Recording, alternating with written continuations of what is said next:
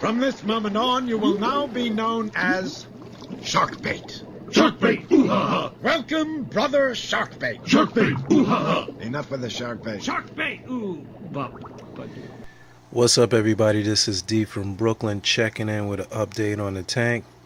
Those of you that follow me on Instagram, D from Brooklyn, will see that I have had quite a destructive week. Not a bad thing, but a destructive week. In the ways of coral, first and foremost, my buddy over here, one of my really happy fish, my spiny urchin, has decided to squeeze himself up into this corner on a regular, which has been resulting in this big space where the cardinal has been hanging out. And if you look at my previous videos, you'll notice that that wasn't a big space before. It is a big space because my sea urchin, in order to squeeze in there, has been breaking pieces of the Pavana off, which every couple of days I find laying in this corner. That is a very large piece of Pavana that used to be up there, which is why there's a big space there between the wall. Now, nice enough, it's healed over. I can focus past the shrimp, but it is healed nicely. But you know, sometimes you see things in the tank and you don't pay them any mind, and you just don't know what's going on in the tank. And I just happen to see him squeezing between there. And what happens is, as coral grow, they develop soft tissue. And when the tissue is soft and that urchin decides to squeeze in there, he breaks the pieces off between there. And last week, if I can focus, come on camera, focus, you're being a prick. Okay, if I can focus, last week the same thing happened. And I ended up getting that piece over there. I don't know why the camera's being stupid, but it doesn't want to focus. There we go. So last week I had the same issue, and that piece was in the corner. Quite some time ago, about a month ago, a little piece I broke off by mistake. I fragged and moved over here because when I put the plug over here, if I think you can see the plug on the floor, I have a graveyard of plugs here. He knocks it over when he crawls through what I call Urchin Alley. This little area he likes to go through, and it's like a trail he goes through, and he kind of moves stuff.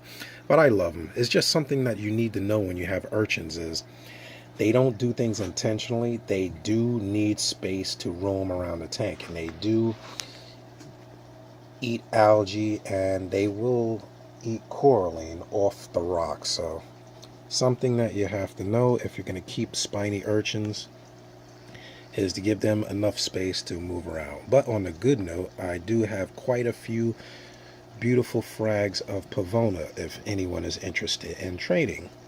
I'm not selling them, but I am looking to trade them for some other pieces. So give me a shout out if you're interested.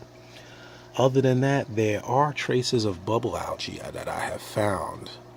I'll try to go in there and remove them with my tweezers, but I did notice them yesterday in these little corners over here. No big deal, just comes with the territory.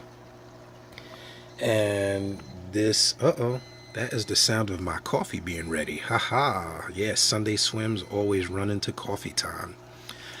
But anyway, the waving zinnia has greatly overgrown my zoa colony. I was manually pulling those out, which I may do later, because there's a great big colony behind that rock of yellow-eyed zoas, similar to the ones I have here, but these are more green because they're right under the light. So I may have to go in there and do some pruning there. I moved a piece of chalice. Where did I put it? I don't even remember where I put it. Sometimes you move stuff and you forget where you put it. But anyway, I moved oh no, not a chalice. What did I move? I moved a frag that was wedged in. Oh yeah, this piece. This big piece Pavana was back there, but it was growing on top of my purple chalice back there. So I moved over here, and in the slow flow, it is really extended polyps. I mean, different piece. If you look at it in the slow flow, I mean, it looks like a fur coat. I really like it in this form versus the direct flow form, which is more, I guess, more SPS looking. It looks harder, it's not as soft and cuddly, I guess, if lack of a better term. But it was in that corner, and you know I got my yellow eye tang here, my cold tang, which swims back there. And I know it's a small tank, so take it easy, people. The tang police can slow down.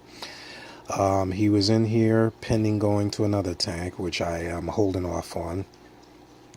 And you can see that white area where it was actually rubbing against that chalice, and it's starting to heal up now. So I'll leave that area open. I'm also going to probably move my Chato section here, which is built into my tank. It grows, and then when it gets full, my urchin usually finds a way to climb in there and knock it over and eat half of it. That was full a week ago.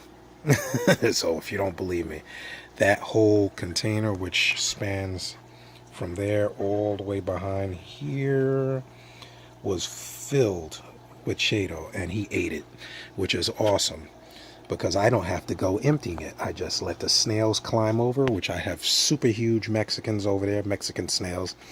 Don't be insulted, my Mexican brothers out there. Mexican turbos, huge turbo snails, do an excellent job. They usually climb into that thing and eat a good portion of it. There's a turbo in there right now, if I can get a good shot of it. But he's a slowpoke, a little turbo there. So that does an excellent job of keeping my phosphates lower than any chemical GFO could possibly have kept. And it's in the tank, so I don't have to do nothing.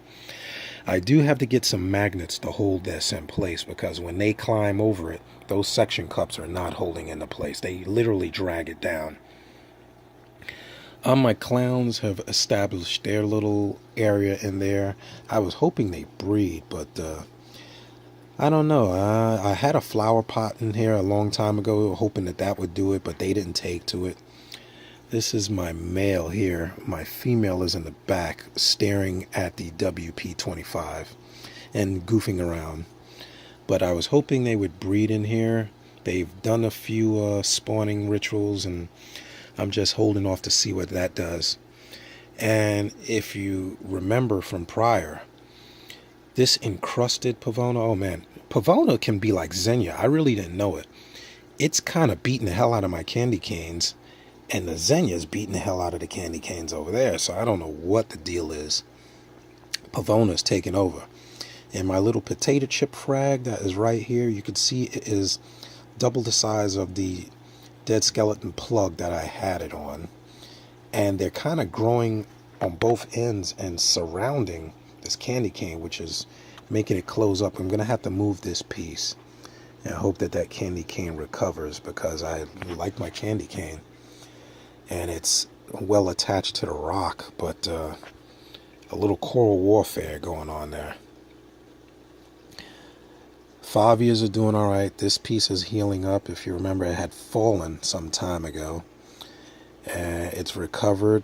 Once again, dosing the molybellum and the strontium definitely improved the healing of this piece here. Let me get the bottle out, because I always get the names messed up. But the strontium and molybellum. There you go. Trying to do this with one hand sucks. Yep, you get the picture. There you go. Molybdenum and strontium by Camp Marine has definitely improved the healing factor of the coral. I won't say so much coral coloration, but one thing since I started dosing it, pieces that I frag, cut, or move have healed twice as fast. I mean, just think, this piece fell. It had to have fallen in the last 2 days. It's open already. I don't even see the spot where it broke off from right there. Right here. It looks pretty much healed over completely. I mean, you don't see any damaged tissue. You can see a little bit of the light patch where it was behind that, but completely healed. I have to own that up to the strontium regular dosing and the molybellum. So healing factor is like the Wolverine, looking good. And this piece that was on the floor last week, you can't even tell that it broke off. You don't see any white edges. Like you can see that piece that recently broke off has the white edge. Look how fast it's healing over. It looks great. So anybody's interested in some really easy to keep SPS, Pavana is a beautiful coral to go with. I mean, look at the texture and the polyp extension, and they're really not polyps so much as just feeding tentacles, but beautiful. My mushrooms are rapidly growing. And look at this Monty. I moved this Monty everywhere in the tank, and it has not done as good as it has done right under this egg crate right here. I dropped it there by accident. I got pissed off, and I says, I'm not going to go in there digging it out. And it has just started growing there. So guess what? It's going to stay there with the Chato. And that looks like a little aptasia or something trying to grow under there. I'll take care of you, buddy. Zinnia. Oh, there's Zinnia growing underneath the egg crate. Boy, I tell you got to be on top of this stuff. That's why you got to constantly survey your tank. I mean, these grow really fast, but they're unplugged, so I can trade those to people. These mushrooms are some of my favorite. Oh, there's my other snail. He squeezed under the egg crate. That figures. But everything is doing good. Just thought I'd give you a quick update. I don't want this to run long. It's 11 minutes.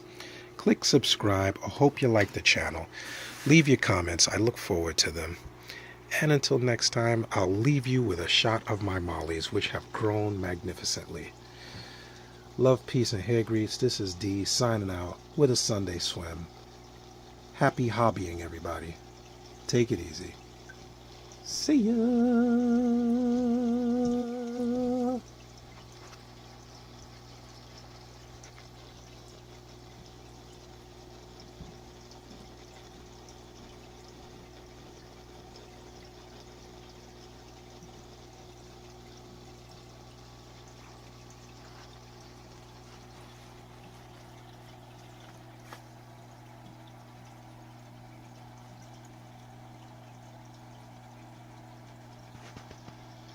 Dad, you're not gonna freak out like you did at the petting zoo, are you? Hey, that snail was about to